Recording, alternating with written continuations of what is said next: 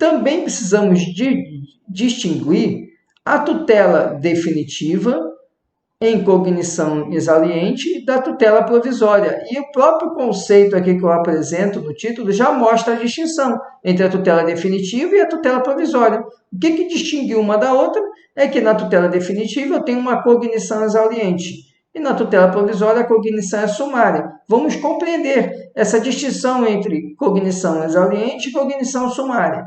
Então, a tutela definitiva que provém de uma cognição exaliente, ela necessariamente passa por um procedimento. Em um procedimento em que há o contraditório, em que as partes são ouvidas. Então, existe ali, bem claramente, a presença do princípio do contraditório, da ampla defesa e do devido processo legal.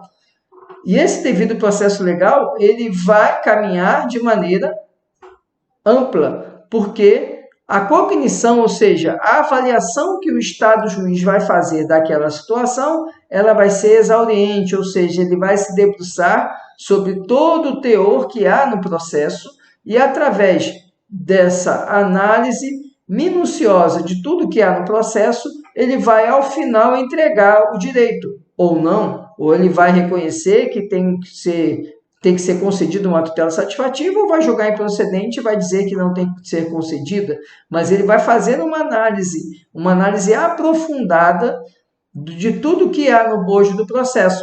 Por isso que ela é exauriente, ela esgota o que há no processo. Enquanto na tutela de cognição sumária, veremos que isso não acontece. Então, na tutela de cognição exauriente, nós temos a tutela definitiva, por quê? Porque ela é apta a formar a coisa julgada. Tutela exauriente, de cognição exauriente, é aquela em que, após o devido processo legal, o direito entregue, a tutela entregue, ela vai ser revestida de um grau de proteção mais elevado, de maneira em que ela vai ser reconhecida como um direito que agora se consolidou e está intangível. Ele agora é um direito resguardado pelo que se chama coisa julgada material e coisa julgada formal. Essa entrega dessa tutela exauriente demanda um processo mais prolongado.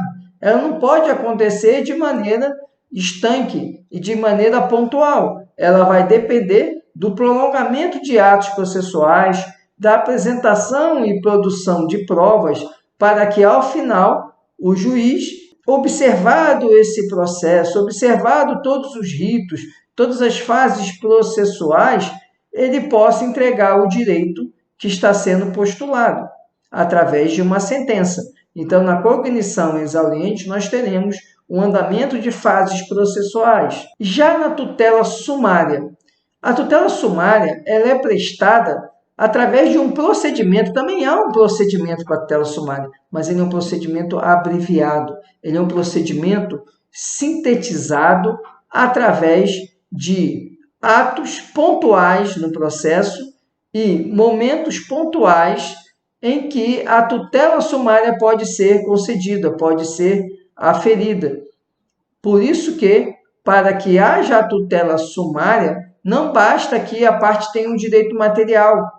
Ela tem que observar requisitos que o legislador coloca no direito processual. Então, apenas quando atendidos os requisitos do direito processual é que o juiz vai poder verificar a pertinência do direito material e entregá-lo de modo sumário, ou seja, de modo abreviado. E muitas vezes a parte contrária, a parte adversa, nem se manifesta.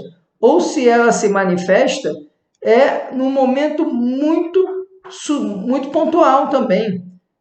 E quando o juiz ali só ouve a outra parte para observar o artigo 9º a respeito daquele pedido de tutela provisória, tutela de urgência que está sendo formulado, ou então ele concede sem oitiva da parte contrária, mas observando os requisitos que não estão lá no direito material, e sim os requisitos que estão no direito processual, para que ele possa conceder provisoriamente, de maneira precária, aquela tutela que está sendo pretendida. E é uma tutela sumária por quê? Porque o procedimento, o mecanismo utilizado para a concessão dessa tutela, ele é abreviado, ele é bem curto e bem pontual. Então, o que acontece? No direito processual, a tutela sumária ela é bem diferente da cognição exauriente, porque na tutela sumária, ela não observa aquela quantidade de prova,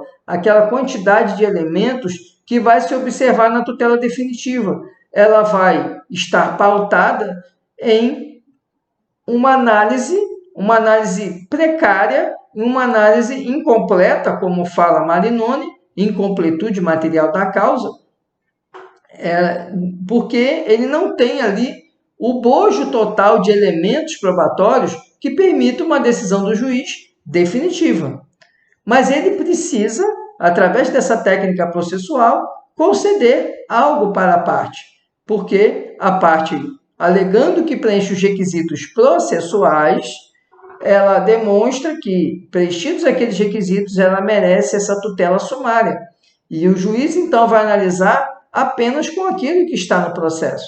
Obviamente, se aquilo que está no processo não permite a ele conceder essa tutela sumária, ele vai indeferir o pedido. Mas, havendo elementos em que ele verifica a possibilidade de antecipar algo que aconteceria no futuro, ele pode, de maneira abreviada, através de um rito abreviado, conceder essa tutela. E aí, por isso, essa tutela, que é a sumária e é amparada numa cognição sumária, recebe a denominação no nosso direito processual de tutela provisória. O legislador, ao denominar o capítulo de tutela provisória, ele está ali albergando as tutelas que serão concedidas por meio de cognição sumária. E, portanto, como ela é uma tutela de cognição sumária, uma característica que já tem que ficar bem clara para vocês é que ela não é apta a formar a coisa julgada, nem a material e nem a processual.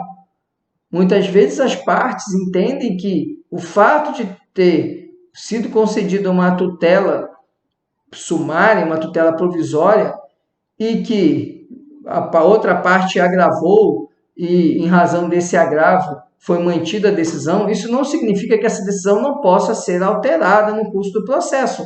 Ela poderá ser alterada rebus sic stantibus, ou seja, enquanto aquela situação se manter com aquela característica, a tutela que está ainda em cognição sumária será mantida. Agora, mantidos aquelas situações que sugeriram, autorizaram a concessão da tutela sumária. Se lá no momento da tutela definitiva aquelas situações não estão mais consolidadas, essa tutela sumária pode ser alterada, tanto para ser reduzida, como para ser até ampliada.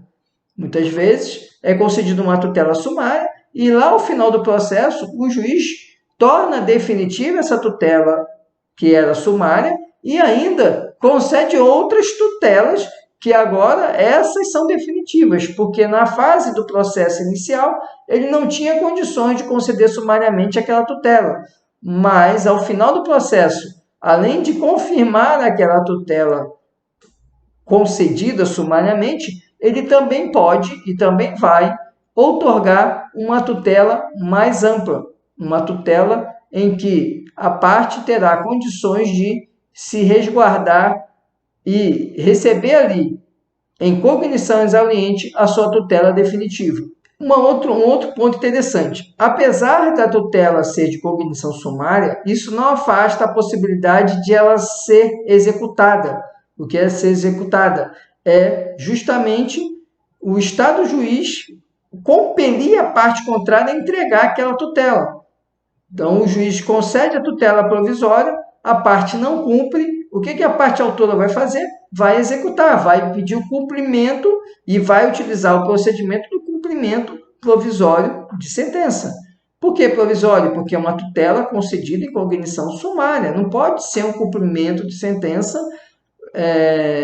amplo, porque a tutela concedida em cognição sumária ela é passível de alteração. Então, não será um cumprimento de sentença definitivo, de sentença definitiva, será o procedimento do cumprimento provisório de sentença e, portanto, o juiz pode até exigir a garantia de caução, justamente porque, apesar de ser o cumprimento de uma tutela provisória, essa tutela provisória ela é amparada em uma cognição sumária e, portanto, não pode ser um cumprimento em caráter definitivo. Mas o importante é vocês observarem que tanto na tutela definitiva de cognição exauriente, como na tutela sumária, de cognição sumária, você vai ter a possibilidade de buscar também a tutela do Estado juiz para postular atos executórios de maneira a receber aquele direito que já foi tutelado, mesmo que provisoriamente.